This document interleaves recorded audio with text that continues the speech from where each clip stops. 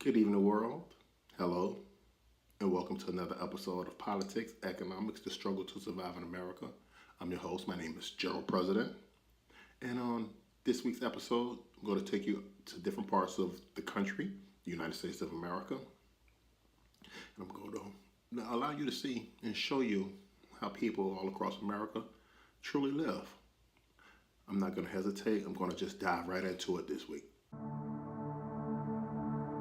Back in the day, this county was #1 coal producer in the United States.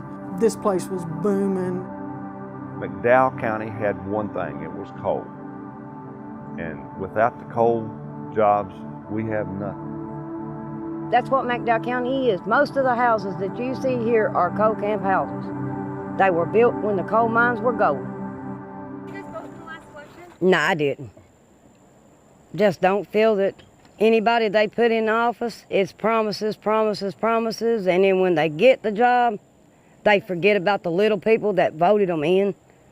You know, a lot of people in McDowell County voted, and they got disappointed because nothing's changed. You know, all these changes was promised to us, but yet none of them was helped. You know, the president needs to come to McDowell County and just look and see the poverty level here. It's a mess. And I love McDowell County. This is my home. I'll die in these hills. And that's my choice. We need help, and he needs to come and see what we're going through. We're real good people, and we really need somebody that's there for us in the higher offices, because right now we're below, and don't nobody seem to want to come and see nothing. Welcome back. Self-explanatory, isn't it, America? These are not the people that they show you as the face of poverty, white Americans. But that is the face of poverty in this nation that Trump keeps saying he wants to make America great again. Now, the young lady, she says, I want the president to come here and see how we live. I don't think she really comprehends. The president can care less how she lives. This man lives in a golden palace. He was born in the wealth. Now I want you to understand something about McDowell County, West Virginia.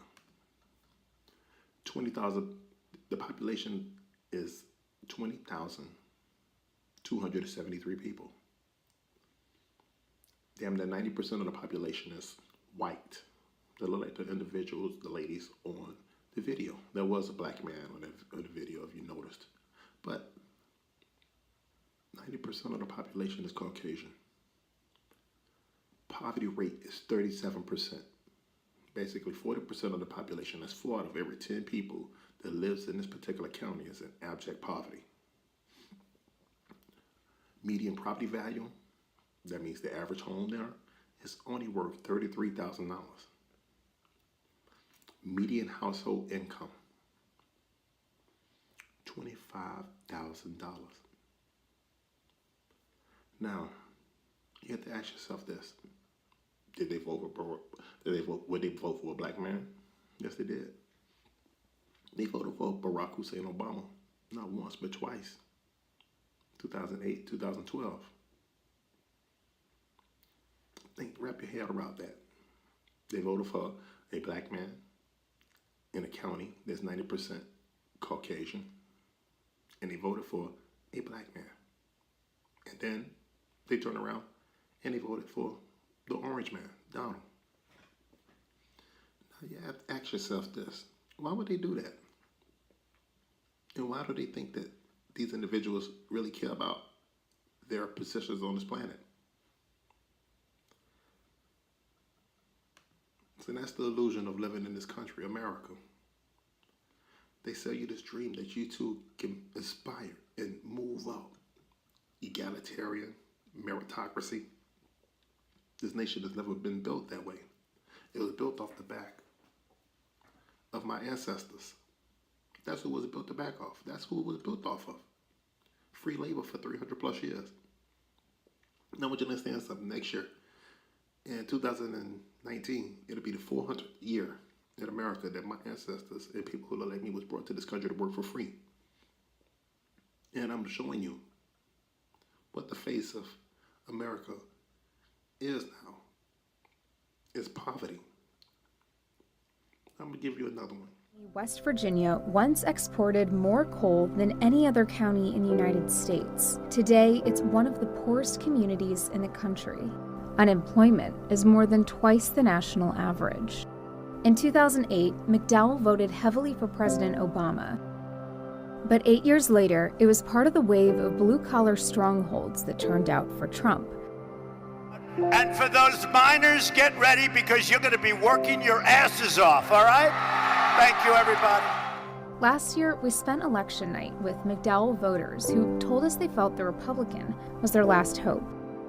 So I'm on my way to meet up with Cecil Patterson, who's a miner and county commissioner here. And this time last year when I met him, he told me that he'd be voting for Trump, which was interesting because he was a lifelong registered Democrat. At the time, he told me that he was cautiously optimistic about his vote. So I'm interested to talk to him now to see how he feels. You voted for Trump last year. Are you pleased with that decision? Yes, ma'am. Yes, ma'am.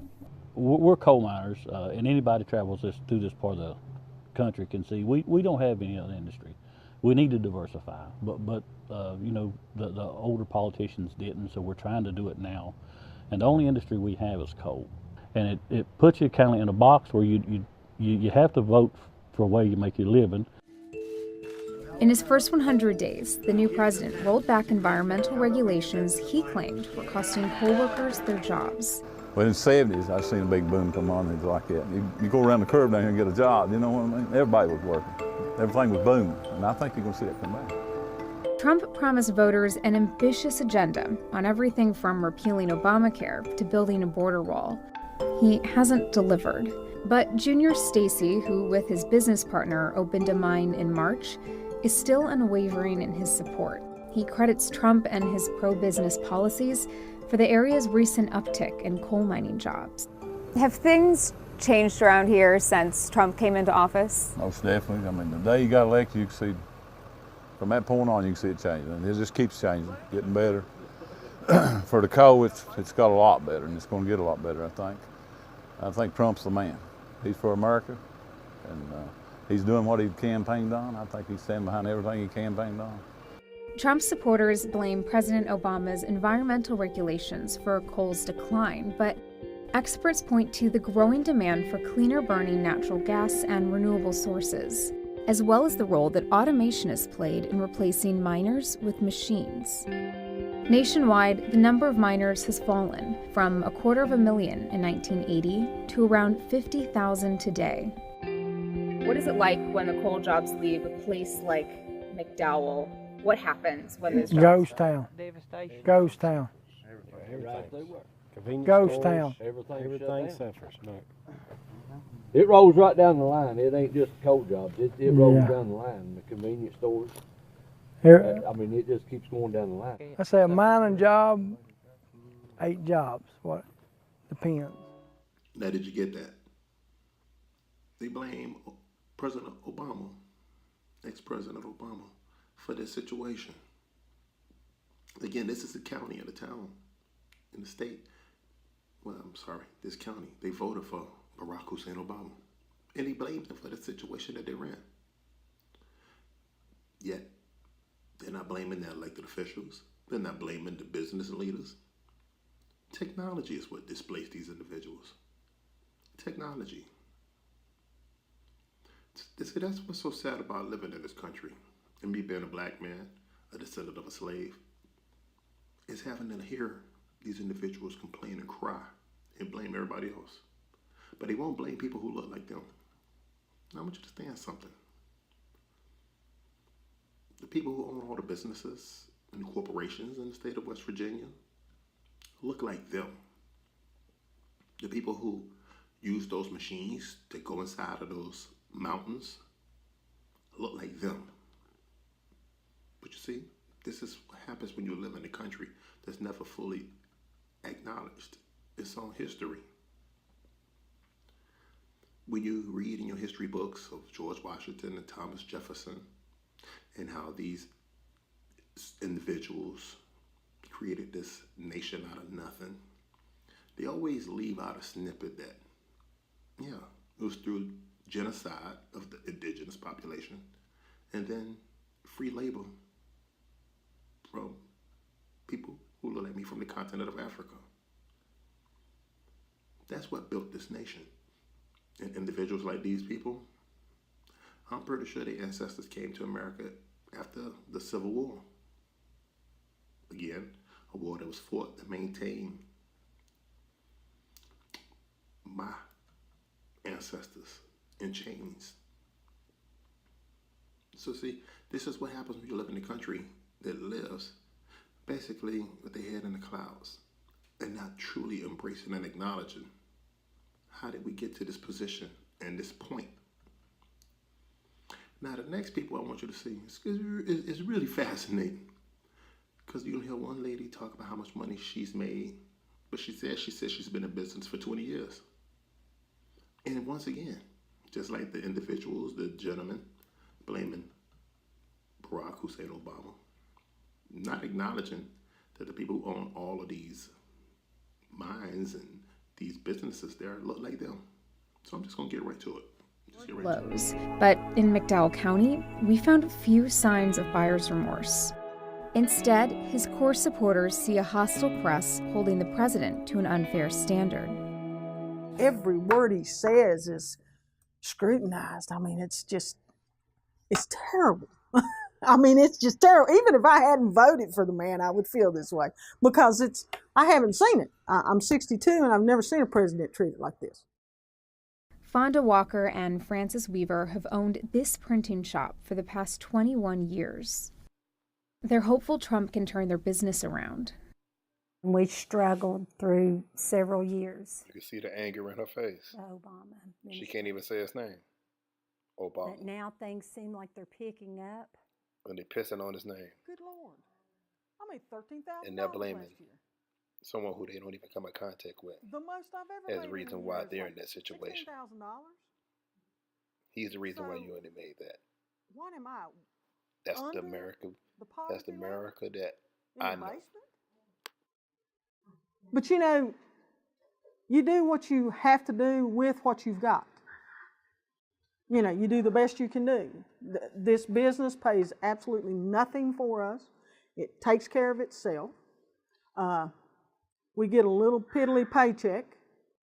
And I keep hoping that the different things that he is doing, he's trying to help. The president is popular in McDowell County, but he has his detractors. Alba Coleman, a Democrat and retired coal miner, is one of them. He didn't vote for Trump or Clinton. Trump said, I can bring back the coal jobs, I will reopen the mines. Do you buy that? I don't think he's done anything so far. Jobs have picked up here, but I don't really think it's not had anything to do specifically with anything that he's done, other than the way he talks. I think businesses might think that they would take a chance that he could do something to help them, but to actually say he's done anything, I don't think he has. I don't know if he will. How do you explain Trump's appeal among is that he's so many people a white man, and he's making them feel Say, that he sounds just like us. that he cares for what they're doing. That these people Now watch the guy. want to say. He puts on the hat and they go crazy. And the guy that Thumbs in up, our meeting, and he's he acting like he has said, a shovel I in feel his like, hand. that he's just like That's us. acting. And I That's told him, acting, I said, America. he's not Make just like America us. great He's a again. billionaire. And we have to work every day for what we've got. Now I'm laughing on this one here. Did you notice the man with putting the hat on his head, acting like he has a shovel in his hand? The lady says the most she's ever made is $16,000, but yet she's been in business for 20 years. So I mean, of her 20 years she's been in business, 8 of them was only with Obama. So that means the other 12 years was with whom? Obama didn't run the state of West Virginia. Again, she said out her own mouth the most she's ever made is $20,000. I mean, $16,000. Now, the last individual who says that he's a Democrat, did you notice what he said? He says, I have to get up and go to work, just like you. So what he was saying is the people that he's having these conversations with there in his town really believe that this man thinks and talks like them. Yeah, he does. That's called marketing. It's the reason why in the 1980s Donald Trump was at the WWF, these wrestling events that was held in Midtown America. You understand? He knew what he was doing. This is how it works. See, because he's been marketed to you, he understood how to talk to you. He knew that you don't read, you're not educated enough to comprehend a bull game.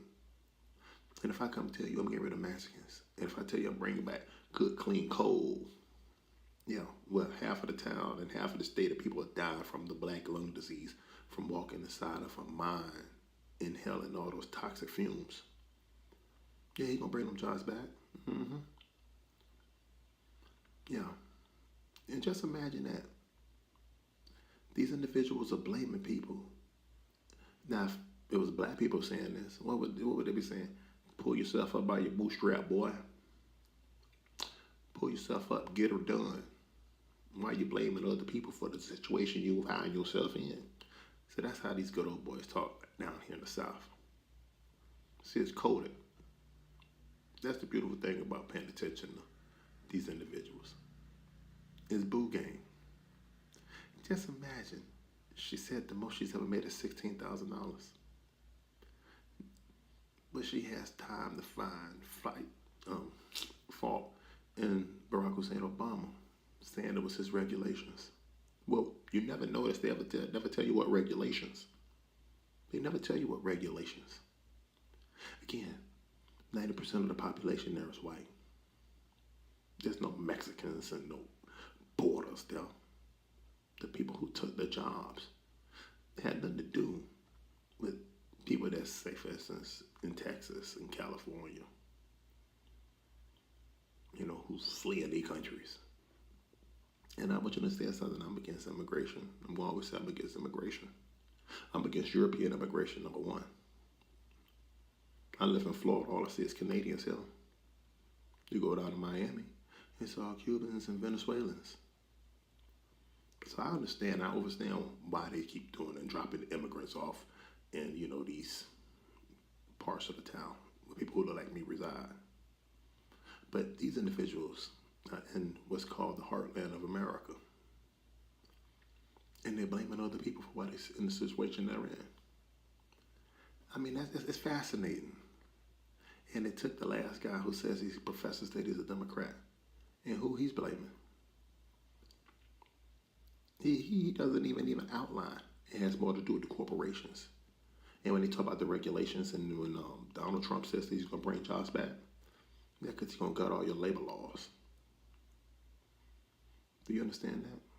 You can't even sue now. You can't even, just imagine this. And a correction. It was a class action lawsuit against the banks because of atrocities by Wells Fargo, Bank of America. No class action lawsuits against banks for that collusion. When they talk about that pro-business, that means you're a worker. You don't want a pro-business environment. What you want is a labor-friendly environment. But because they've been able to pitch you against poor people, preferably, and namely black people, and now you can say the brown people that's in the south of the border. They never talk about the people that's in the northern border, or Canada. That's the game. They run the game.